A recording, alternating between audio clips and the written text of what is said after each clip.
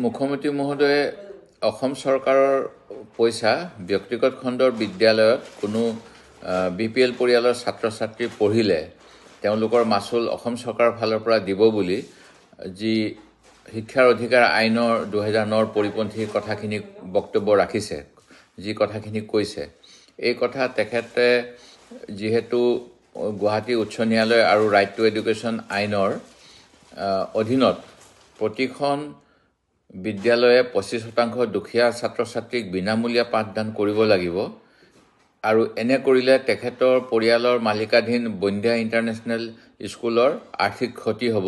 সেইবাবে right to education আইনখন উলংঘা কৰি এনে কথা কৈছে নেকি, এই কথাও স্পষ্ট কৰিবলৈ মই আহ্বান জনালোঁ। ইলেকশ্যনৰ ডিউটিত লগাব লাগে, তাৰ উপৰিও প্ৰায় 17-18টা অশৈক্ষিক কামত শিক্ষকসকলক ব্যস্ত কৰি ৰখা হয়। দ্বিতীয়তে এইবাৰ বাতৰি প্ৰকাশ পাইছে যে যিবিলাক মূল্যায়ন বহী দিব লাগে সেই মূল্যায়ন বহী বছৰৰ এপ্ৰিল মাহৰ পৰা 6 মাহ পাৰ হৈ যোৱাৰ পিছতো শিক্ষাবৰ্ষ এইবাৰ যোগান ধৰা নহল আৰু মুখ্যমন্ত্ৰীয়ে এই বিষয়ত মন্তব্য দিয়া নাই। শিক্ষামন্ত্ৰীয়ে অজুহাত দিছে যে বেলেগ বেলেগ কাম নিৰ্বাচন হোৱাৰ কাৰণে বা কিবা কিবি কাৰণত তেখেতসকলে যোগান ধৰিব নোৱাৰিলে।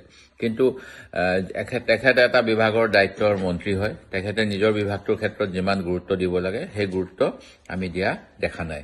যোৱা সময়ছোৱাত বিভিন্ন সময়ত কোৱা হৈছে যে খালী থকা শিক্ষকৰ পদসমূহ পূৰণ কৰা হ'ব, কিন্তু এই মুহূৰ্তত আমি পোৱা তথ্য অনুসৰি প্ৰায় 6000খনমান স্কুল একত্ৰীকৰণ কৰা হ'ল আৰু এই একত্ৰীকৰণৰ পিছতো প্ৰাথমিক ক্ষেত্ৰত বহু এজনীয়া শিক্ষকৰ বিদ্যালয় আছে, দুজনীয়া শিক্ষকৰ বিদ্যালয় আছে, যাৰ যোগেদি ছাত্ৰ ছাত্ৰীসকলক ভাল ধৰণে পাঠদান কৰাটো সম্ভৱ নহয়।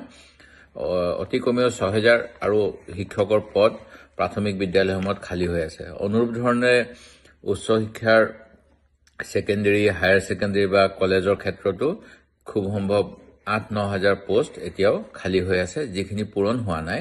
আৰু তাৰ ফলত মুখ্যমন্ত্ৰীয়ে এহাতেদি কয় যে ফ্ৰী এডুকেশ্যন দিয়া হ'ব, কিন্তু বিভিন্ন বিদ্যালয় বা মহাবিদ্যালয়ত যদি কোৰ্চ পঢ়াবলৈ শিক্ষকেই নাথাকে তেতিয়াহ'লে সেই এডুকেশ্যনটোৰ ক্ষেত্ৰত ছাত্ৰ ছাত্ৰীসকলে যেনেকৈ মাৰ্কছ পাব লাগে মাৰ্কছ নাপাব পাৰে দুখীয়া পৰিয়ালে, আৰু তাৰ ফলত তেওঁৰ বিনামূলীয়া শিক্ষা আঁচনিখনেই ফ্লপ হৈ যাব। অন্য এটা কথা হ'ল যি আমাৰ শিক্ষাৰ অধিকাৰ আইন 2009, এই অধিকাৰ আইনৰ 2009ত 12 নং দফাত আছে যে ব্যক্তিগত খণ্ডৰ বিদ্যালয়সমূহেও দুখীয়া পৰিয়ালৰ ছাত্ৰ ছাত্ৰীৰ বাবে 25% আসন ৰিজাৰ্ভ কৰি ৰাখিব লাগে, সংৰক্ষিত কৰি। গুৱাহাটীত এই বিষয়ত যোৱা 2023 চনত গুৱাহাটী উচ্চ ন্যায়ালয়ে যি ৰাইট টু এডুকেশ্যন শিক্ষাৰ অধিকাৰ আইনৰ এই দফাটো যাতে সকলোৱে ৰূপায়ণ কৰে তাৰ বাবে অসম চৰকাৰক কঠোৰ নিৰ্দেশনা দিছিল। কিন্তু ইয়াৰ পিছতো অসম চৰকাৰে এই ক্ষেত্ৰত বিশেষ পদক্ষেপ লোৱা নাই।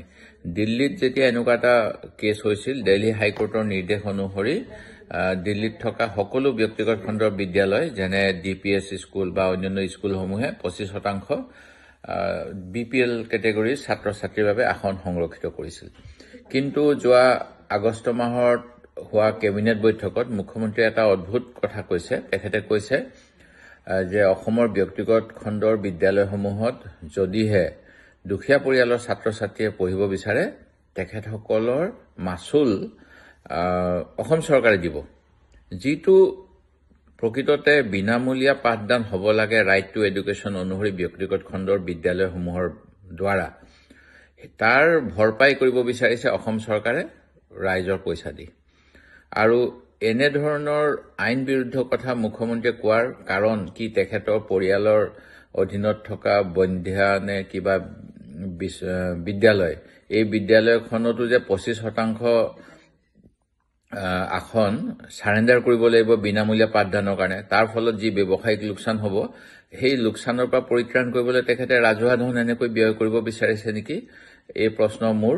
আৰু মই ভাবোঁ যে ৰাইট টু এডুকেশ্যন এক্ট অনুসৰি যিখিনি কাম তেখেতে শিক্ষামন্ত্ৰী হৈ থকা সময়ত নকৰিলে, এতিয়া নতুন শিক্ষামন্ত্ৰী ৰণোজ পেগু ডাঙৰীয়াক কঠোৰ নিৰ্দেশ দিয়ক যাতে ৰাইট টু এডুকেশ্যনৰ 12 নং দফা আৰু গুৱাহাটী উচ্চ ন্যায়ালয়ৰ আদেশ অনুসৰি অসমৰ সকলো বেচৰকাৰী বিদ্যালয় যিবিলাক মাইনৰিটি ইনষ্টিটিউট নহয় তেনে ক্ষেত্ৰত এই আইনখন প্ৰযোজ্য, বিনামূলীয়া পাঠদানৰ ব্যৱস্থা দুখীয়া পৰিয়ালৰ বাবে তাৎক্ষণিকভাৱে কৰাৰ ব্যৱস্থা কৰক।